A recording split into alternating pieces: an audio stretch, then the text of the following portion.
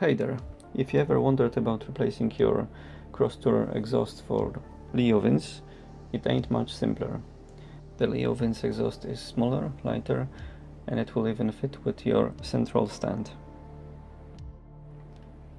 First thing is to assemble your LeoVince exhaust. It comes in 3 pieces: the main exhaust can and 2 linking pipes.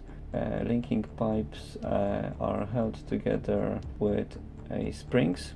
After you do that, you can put your bike on a side stand. Underneath the bike you will find a bolt which holds the connection between the existing exhaust and the engine outlet. This will be very rusty, so apply WD-40 or equivalent and just work it out. Remove the bolt and make it loose.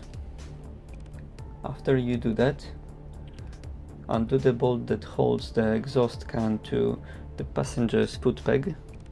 Exhaust should now start to move just slightly. Check if you can twist it gently.